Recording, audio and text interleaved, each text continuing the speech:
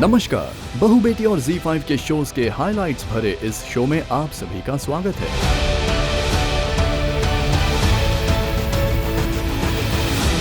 कैसे मुझे तुम मिल गए की कहानी में अब निम्मी और राजीव के रिश्ते में इतनी खटास आ चुकी है कि विराट आहूजा को कानून का सहारा लेना पड़ता है। इंस्पेक्टर साहब, रेस्ट कीजिए इसे।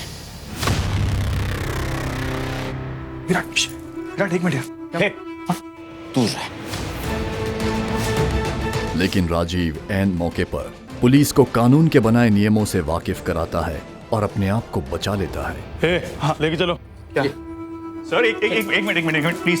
एक बात सुनिए सर, आपको लॉ पता है सर? ये मेरी वाइफ है। जब तक ये मेरे अगेंस्ट कंप्लेंट नहीं करेगी, लॉ है सर, आप मेरे को अरेस्ट नहीं कर सकते।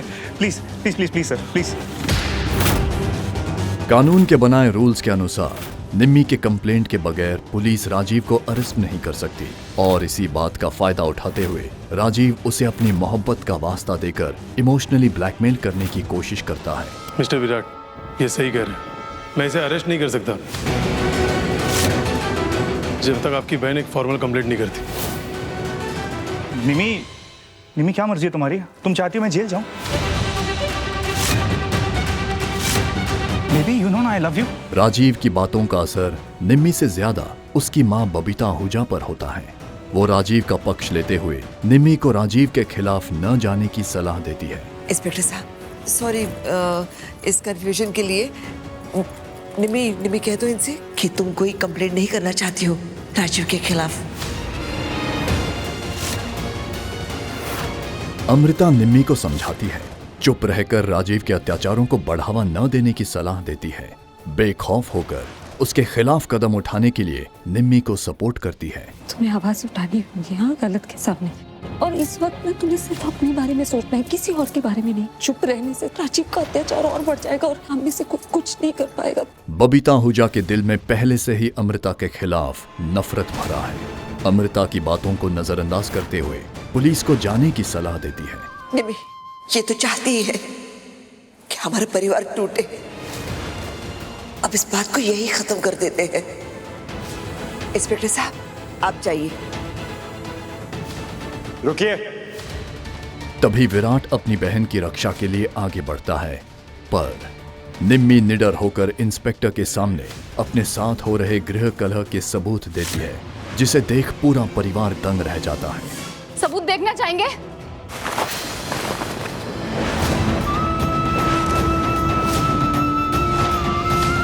जब आप सब तीज की पूजा में नीचे माँ पार्वती की मूर्तियां बना रहे थे, तब राजीव मुझ पर अपना प्यार बरसा रहा था। क्यों चल रहे? प्लीज ले जाइए, मुझे नहीं रहना इसके साथ। बबीता आहूजा बेटी निम्मी को अपने से दूर जाते देख मायूस होती है और अपनी बेटी के करतूत से अमृता के लिए उसके मन में और नफरत पैदा होती है। अमृता ने मेरी बेटी निम्मी को भी मुझसे इतना दूर कर दिया कि आज वो इतना दर्द सहने के बाद भी अपनी माँ के पास नहीं, अमृता के पास जा रही है। Good morning. अरे मनन, डर क्यों रहे हो? मैं हूं ना तुम्हारे साथ, मैं कुछ भी नहीं होगा। हाँ, प्यार का पहला नाम राधा मोहन में मनन अभी भी युग की दहशत से उभरा नहीं है।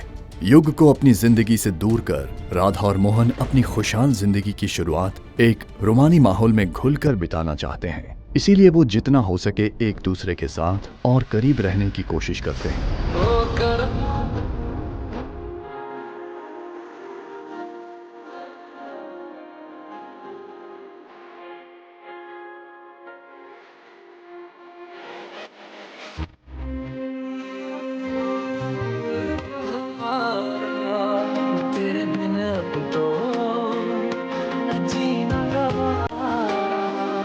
राधा और मोहन दोबारा एक दूसरे को पाकर इतने खुश हैं कि इस पल को अपनी यादों में संजो कर रखना चाहते हैं, मगर युग का खौफ इतना है कि उसका साया हर पल हर जगह राधा को नजर आता है।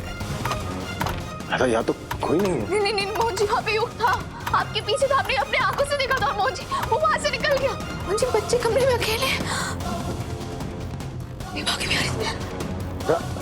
राधा। मनन और गुनगुन की फिक्र में राधा तुरंत उनके कमरे की ओर जाती है, पर युग पहले से ही अपने दहशत को अंजाम देने बच्चों के कमरे में मौजूद होता है।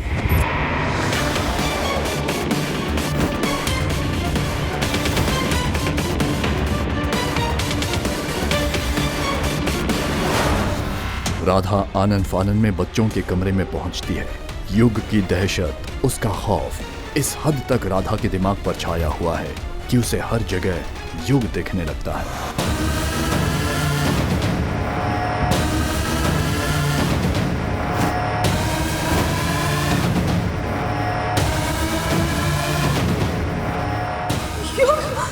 युग नहीं। तुम्हारे साथ 2 बड़े एक्सीडेंट्स हुए हैं, तुम्हें रेस्ट की जरूरत है। जाके रेस्ट करो, ऑफिस जाने की जरूरत नहीं है। सुभान, अगर मैं घर पे रहूंगी ना तो मुझे पूरे पूरे ख्याल आएंगे। रब से है दुआ में मन्नत सुभान और इबादत के प्यार भरे त्रिकोण के बीच चल रही तकरार को और आगे बढ़ाता है। तुम दोनों ऑफिस जाओ, मैं आती हूँ। अरे तुम दोनों चाहती क्या हो? पहले ये मना करी, अब तुम मना कर रही हो। मैं मना नहीं कर रही हूँ सुभान, मैं बस थोड़ी देर में आऊंगी। क्यों? इबादत फरहान जेल से बाहर आ चुका है, उसने अभी भी मन्नत पे हमला किया, तुम्हें भी नुकसान पहुंचा सकता है। चलो मैं मुझे नुकसान पहुंचाने की गलती नहीं करेगा वो। I mean, ऐसा कुछ भी हुआ तो मैं तुम्हें फोन कर दूंगी सुभान। फरहान के जेल से बाहर आने की खबर से सुभान काफी परेशान है। इबादत की सुरक्षा को लेकर वो चिंतित होता है, लेकिन इबादत की बातों से उसके मन में शक निर्माण होता है। तुम मुझे ये बताओ कि तुम हो कहाँ, मुझे तुम्हें अभी कभी मिलना है। मैं नहीं मिलने वाला तुमसे। मैं एड्रेस भेज रही हूँ, आप पहुंचो जल्द से जल्द। ओके। ये किसका नंबर है जिससे इबादत ने अभी भी बात की? यार कितनी कलेशन हो यार तुम, बोला ना आ रहा हूँ, बार बार फोन क्यों कर रही हो तुम? सुभान का शक सही साबित होता है। वो मन्नत के साथ इबादत का पीछा करता है। इबादत को फरहान के साथ देखकर सुभान चौंक जाता है।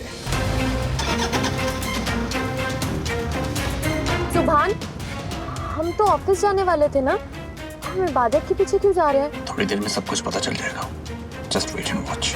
बस थोड़ी देर और, तुम्हारी जिंदगी जहन्नुम बनने वाली है इबादत, बर्बाद होने के लिए तैयार हो जाओ। दरअसल सुभान के शक को मन्नत किस तरह अपने निजी फायदे के लिए इस्तेमाल करेगी, ये देखना काफी दिलचस्प होगा। हे भारत जी, आइए आइए आइए। कोई तकलीफ तो नहीं हुई ना आने में आपको? तुमने भी वादा किया था ना, तुम हम सबसे दूर रहोगे, किसी को परेशान नहीं करोगे, पर तुमने अपना वादा तोड़ दिया फरहान। अब मैं भी अपना वादा तोड़ूंगी। बहुत सारे पैसे दिए थे तुम्हें जेल से बाहर करने के लिए, उससे भी ज्यादा पैसे दूंगी तुम्हारी जान लेने के लिए।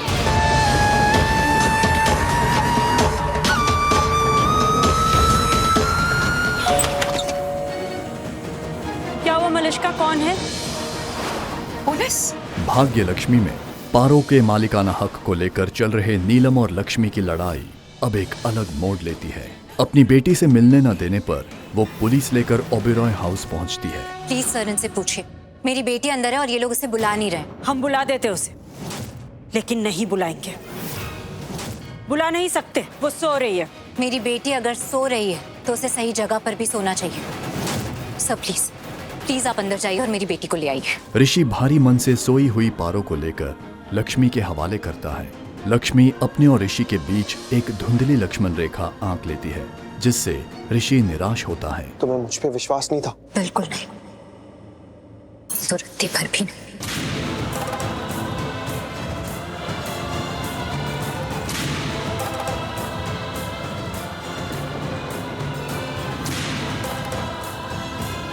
पारो से अपना हक छीनते देख नीलम काफी गुस्सा होती है और लक्ष्मी को धमकाने की विफल कोशिश करती है। चली जाओ अब यहाँ से, वरना हम कुछ ऐसा कह देंगे कि तुम्हें बहुत बुरा लग जाएगा। Just go. मैं जा ही रही हूँ, लेकिन उससे पहले मैं आप सब लोगों से एक बात कहना चाहती हूँ। लक्ष्मी भी नीलम पर पलटवार करते हुए पारो पर सिर्फ उसका मालिकाना हक होने का फैसला सुनाती है। पारो मेरी बेटी है, किसी का कोई हक नहीं है पारो को मुझसे दूर करने का। किसी का कोई हक नहीं है मुझसे बिना पूछे पारो को कहीं भी लाने ले जाने का। किसी का कोई हक नहीं है उससे मिलने का। दोस्तों यहीं रुकते हुए कुछ और मजेदार एंटरटेनमेंट से भरे शोज को लेकर आपके लिए आएंगे अगली बार। तब तक आप इन शोज के फुल एपिसोड्स फ्री में देखने का आनंद लीजिए सिर्फ ZEE5 ऐप पर, कभी भी कहीं भी, बिल्कुल फ्री।